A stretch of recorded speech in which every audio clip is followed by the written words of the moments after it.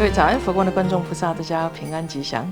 今天一样哦，星期六啊，我们的英语佛学名相继续来这个聆听观看妙光法师在将近20年前录制的，所以各位看到是很年轻版的妙光法师哈。他现在看起来是很年轻但他说他都要奔5了这40好几了哈。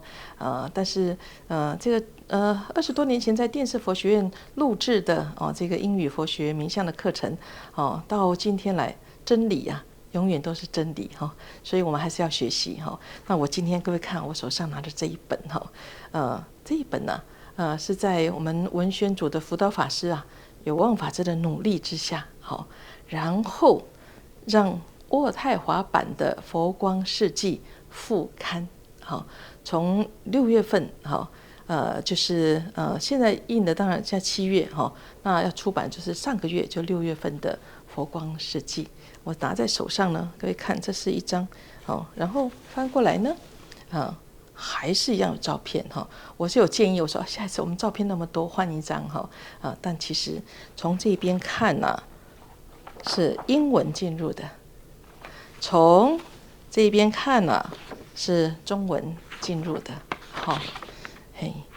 所以我的意思就是说今天借着英文佛学名相学习的课程很高兴跟大家分享就是当然以电子版为主以后我们会放到我们的网站上然后纸版印刷现在因为怎么讲人口呢叫少子化环保呢还是要少纸化纸张的纸所以这个印刷大概每个月我们看活动有时候印50本，有时候印100本。比如说这一次因为星期天明天就要到了7月7号我们的这个佛光素食园游会所以呢有一些人他不习惯看这个网页网站资讯，开电脑看那就会要拿这个纸版的佛光世纪。那佛光世纪是什么呢？其实是就是把佛光会这以佛光会为主，但实际上在渥太华佛光山佛光会真的是鸟之双翼2个翅膀，2个相辅相成的所以这本刊物里头就记载了保留了这个渥太华佛光山还有佛光会的这过去的1个月走过的精彩的画面那每个月就这样做会诊那当然我是说我们之前的其实都很精彩那应该再把它再收集出一个年刊类似像这样子啦那尤其这个赶在这个时候出刊，其实就是要确保我们从这个我看9月奠基动土典礼然后一直到工程进行，通通都要把它保留下来这就是它的历史性的责任吧所以很高兴跟大家分享。好了重点也是要提醒大家，明天这个佛光素食园游会重点虽然说是民以食为天时，各个摊位是重点但是开幕的典礼啦，包含在篮球进行的比赛现在有几队4队比赛，但是现场开始组队的呢，我现在接到的还有第5队、第6队进行中那个大殿内蔡荣峰老师的在印度希望之春拍摄的摄影展，昨天也布展完成然后现场还有抄经席、茶席，还有这个在介绍寺院导览等等都是非常欢迎大家如果您明天这个在渥太华地区或者是我们邻近的隔壁邻居都欢迎来那很高兴跟大家分享，也做这个邀请。那现在我们就要进入妙光法师的英文佛学课程了，祝福大家，阿弥陀佛。 Welcome to English Buddhist Terminology. What you're watching this week is the second of the series on the basic concepts of Buddhism. Therefore, what we're going to discuss today is on the Four Noble Truths. Last week, we spoke on the theory of dependent origination. The Buddha, when he attained enlightenment, became awakened to the truth of dependent origination. However, the Buddha felt that this idea was too difficult for the sentient beings to understand or accept. He was afraid that if he simply just taught this idea to the sentient beings, maybe they will be too afraid of this difficult theory. Therefore, instead, he decided to teach the Four Noble Truths. The Four Noble Truths therefore became the first teachings given by the Buddha. This was also called the first turning of the Dharma wheel. Here, Four Noble Truths in Chinese means 四圣谛. The word 圣, which is noble, means righteousness, so that those who are ignorant, therefore those who are noble, will be able to understand the Dharma. And as for the word 谛, it means truth in English, so that nothing is false or misleading that when something is presented as the truth. The Four Noble Truths and dependent origination, added with the three Dharma seals, were amongst the basic concepts of Buddhism.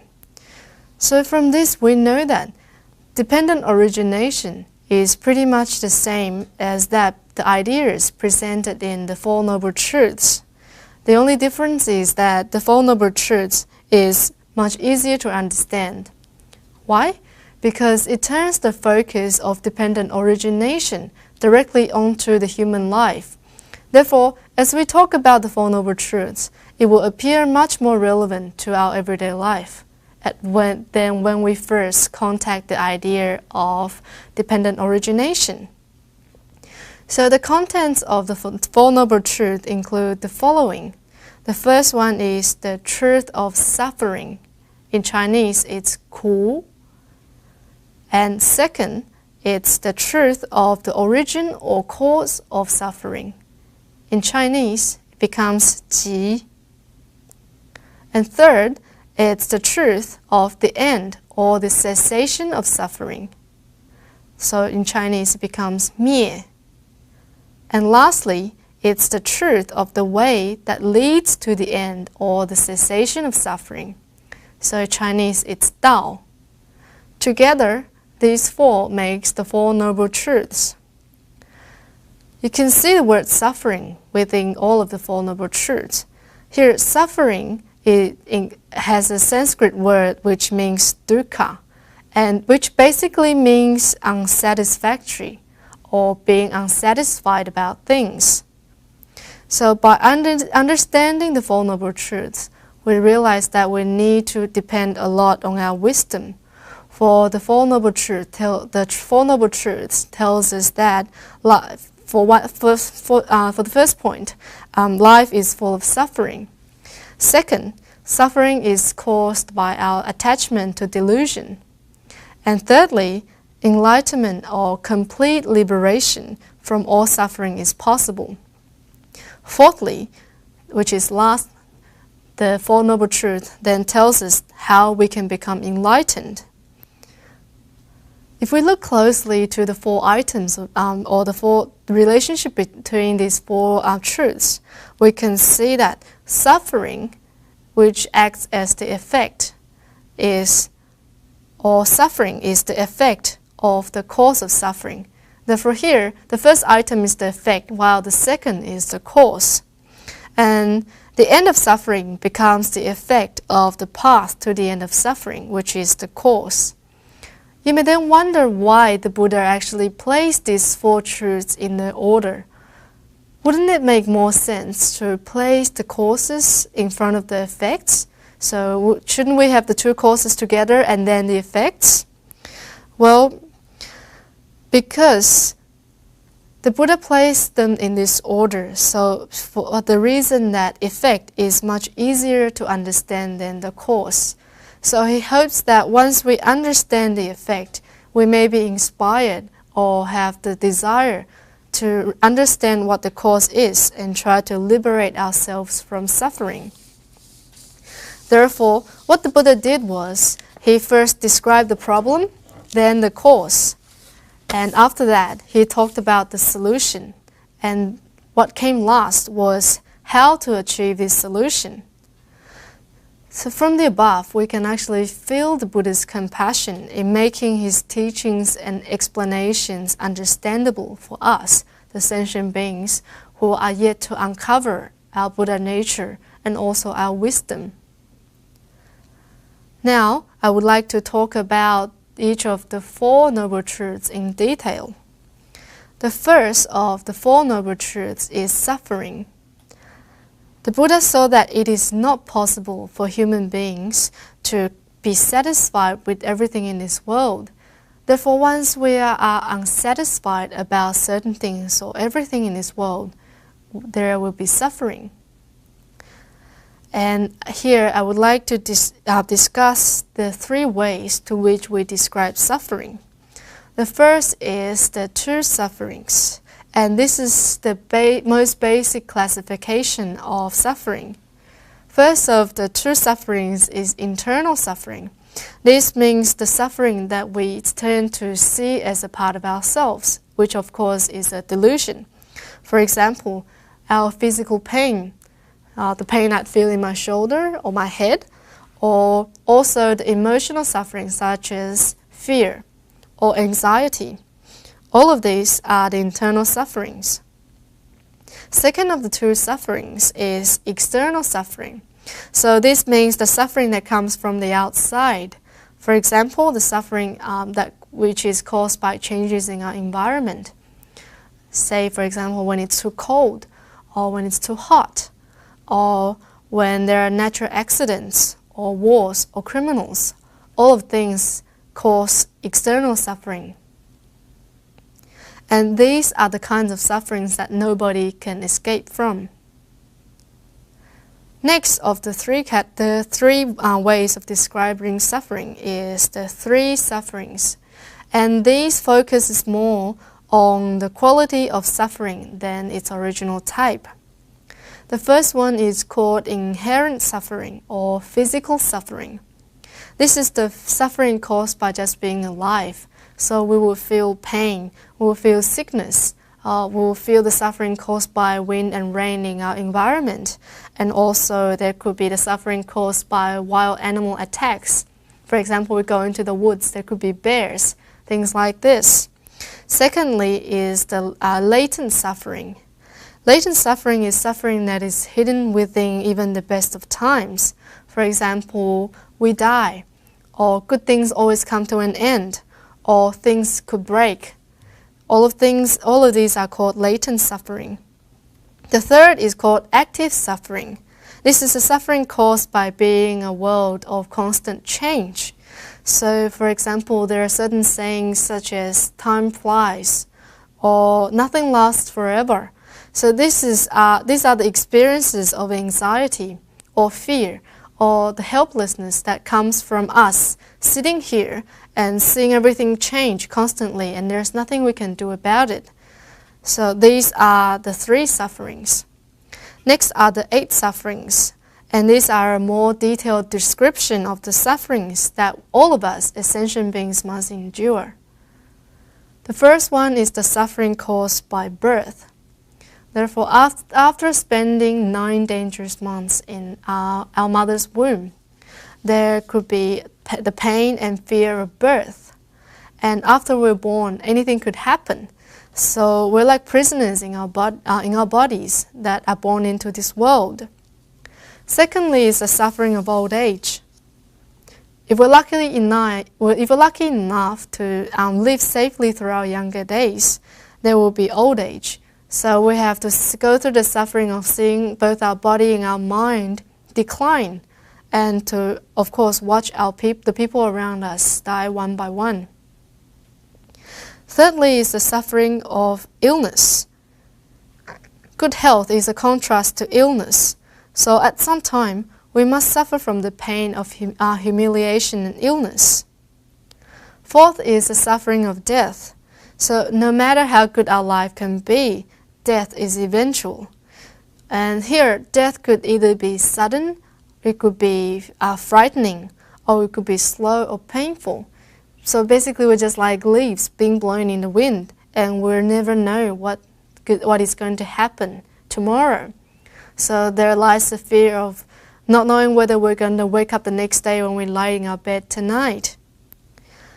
The next is the suffering of lost love. This is about losing the ones we love or not being able to be with them. So suffering is caused by not being able to be with the ones that we love. And the sixth is the suffering of being hated. So in this world, none of us want enemy, but it's inevitable for us to be around people who dislike us. Let us go into a short break, and I will continue with the 8 sufferings.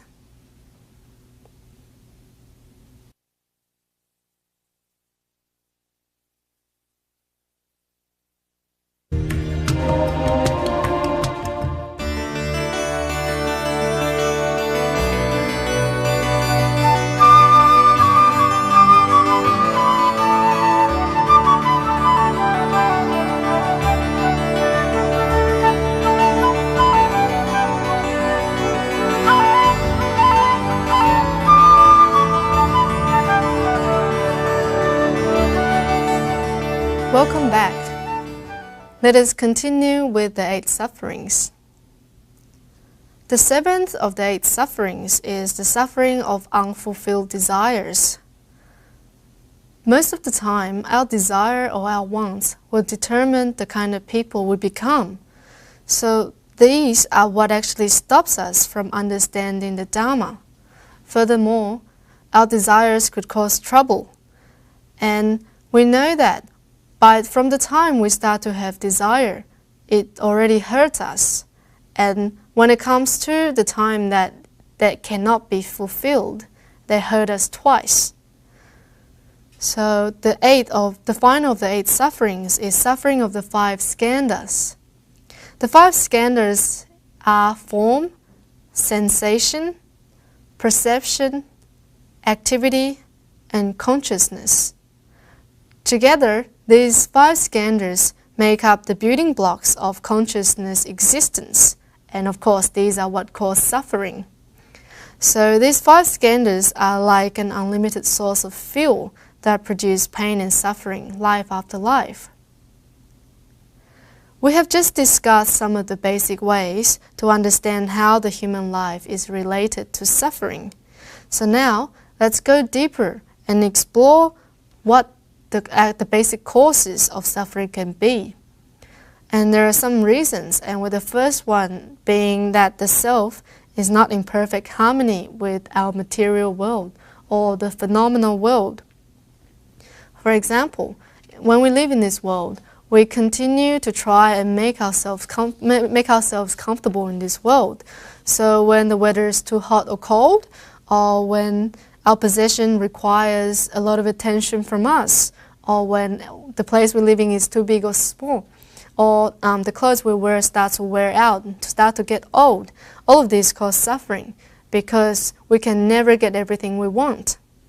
And the second reason is that the self is not in perfect harmony with other people. So, for example, it's about not being able to be with the people we want to be with, or the fact that we're forced to spend time with people we dislike or people who dislike us. Third is that the fact that the self is not in perfect harmony with the body.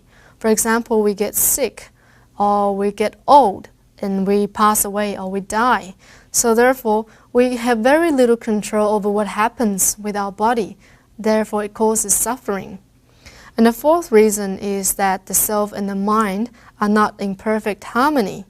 So because we know that our ideas run so fast, it goes from one to the next so fast that it's like a wild horse in the wind. But these are all delusive mental activities that cause suffering. And even if we know this, we still find it hard to control our mind. The fifth reason is that the self and its desires are not in perfect harmony. We know that desire produces karma and suffering. However, even though we know this is a fact, we still cannot control our desires. Because another example is that we know certain things are bad, or we know certain things are best for us, but we still cannot do it. For example, by knowing that eating junk food is bad for our health, we still eat it because because we want to fulfill our appetites or our other desires. The sixth reason to why suffering is caused is the fact that the self and its views are not in good harmony. This basically means wrong views.